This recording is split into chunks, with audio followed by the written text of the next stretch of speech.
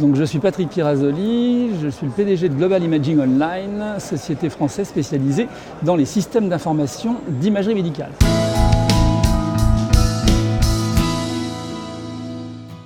Alors, en ce qui nous concerne, donc, nous sommes un spécialiste historique du PACS, du RIS, de la télémédecine et donc du partage et de la diffusion des informations.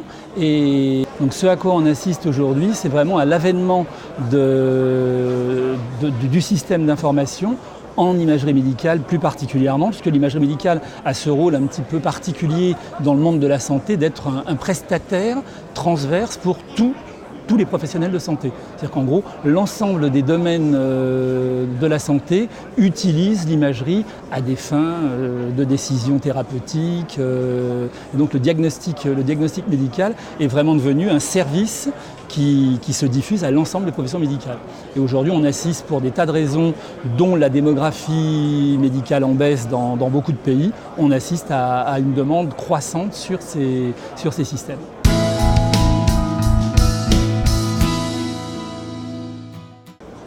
Oui, je pense qu'on peut dire que concernant le PACS et le RIS, dans les pays européens en tout cas, les professionnels de santé, les radiologues, qu'il s'agisse de structures privées ou publiques, se sont vraiment emparés depuis une dizaine d'années de ces systèmes.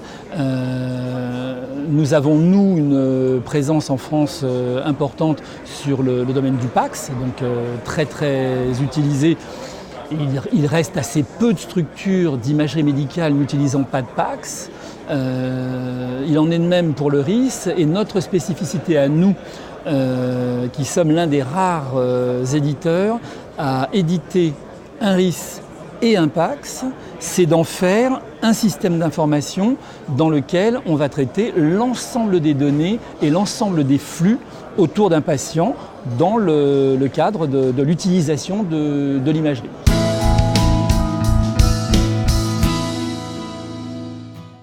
Totalement. C'est en effet probablement aujourd'hui alors ça, pour moi, ça a plusieurs destinations. On en a une première, c'est la possibilité de partager, donc de diffuser une information. Et nous étions, nous, très précurseurs sur la diffusion de l'information, parce que l'entreprise est née il y a 15 ans sur la vision des deux hommes qui l'ont créée, que le web serait, il y a 15 ans, le vecteur de diffusion des images médicales. À l'époque, c'était un peu visionnaire, on avait un peu de mal à envoyer rapidement un Word de 12 lignes. Et le deuxième élément fondateur était que l'imagerie se diffuserait et on devrait, à assez court terme, permettre l'accès à l'information médicale à tous les gens dans le parcours de santé qui allaient en avoir besoin. Ce qui n'était pas non plus si évident il y a 15 ans. Et aujourd'hui, donc, où nous avons une véritable offre de télémédecine, la télémédecine permet d'abord le partage, donc le partage de l'information, de manière sécurisée, régulée, tracée. Et elle permet également, à mon sens, l'accès, où que se trouve le patient, aux professionnels compétents sur sa pathologie ou sa pathologie présumée. Et on n'a plus besoin donc d'amener le patient toujours auprès du professionnel de santé le plus compétent pour arriver à lui donner la même chance qu'au patient qui se trouve proche du centre spécialisé.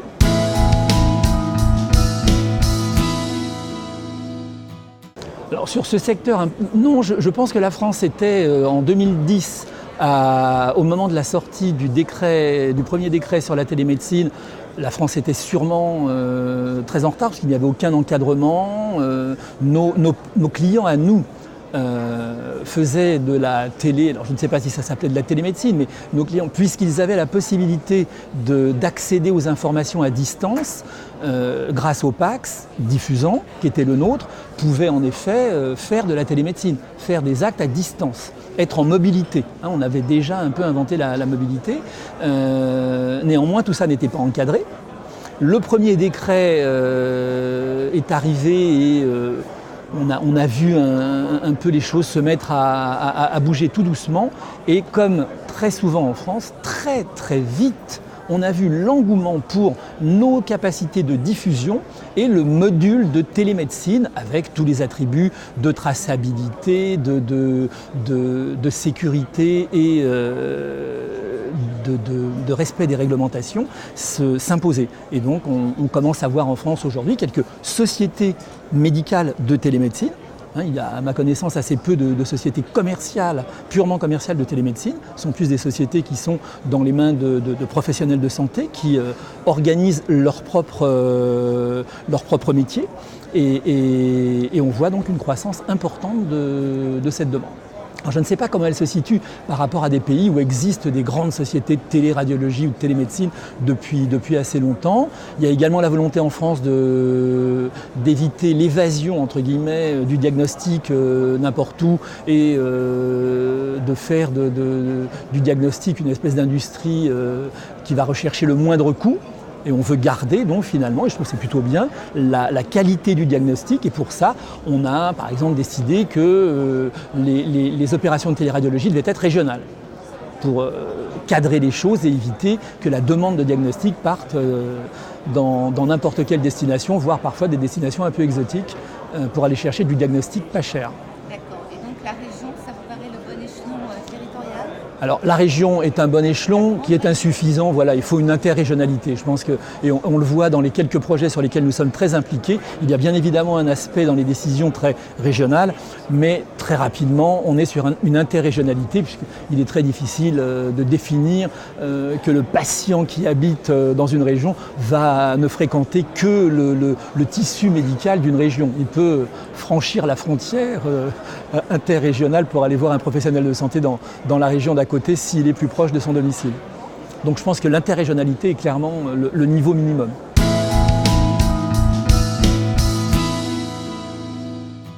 Alors, par rapport à ce que je peux comparer sur les quelques pays où nous sommes déjà suffisamment présents pour y exister en tant qu'acteurs du marché, c'est en effet probablement par des investissements organisés, simplifiés peut-être, en tout cas dans leur communication, avec une capacité pour les acteurs que nous sommes à mieux comprendre un petit peu les choses. Donc des investissements fléchés sur toutes ces nouvelles fonctionnalités et qui s'organisent en soutien au tissu industriel français. Je ne demande pas de préférence particulière, mais je vois dans les pays où nous sommes présents un soutien aux entreprises locales, y compris étrangères, que je ne vois pas pour le moment dans mon pays. C'est-à-dire que je n'ai pas en France, alors que nous sommes un des acteurs leaders de ce marché, je ne vois pas d'implication particulière, je n'ai pas d'environnement, si vous voulez, qui essaie de booster un petit peu l'activité ou d'aider d'une manière ou d'une autre les PME telles que la nôtre. On ne demande pas d'aide particulière, mais voilà. Alors que dans d'autres pays, et j'en citerai deux, la Suisse et le Canada, nous avons un support, ne serait-ce qu'en termes de communication, d'exposition, que je ne connais pas dans ce pays.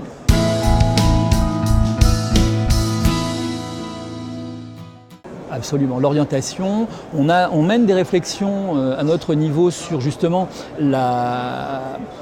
puisque nous avons cette capacité à partager l'information et je pense qu'il y a beaucoup à faire avec par exemple la mobilité. Les outils de mobilité peuvent permettre d'améliorer l'action des professionnels de santé là où est le patient, et y compris donc dans les hospitalisations à domicile. Et nous développons des outils depuis déjà quelques années de mobilité en pensant également à tout cet environnement médico-social.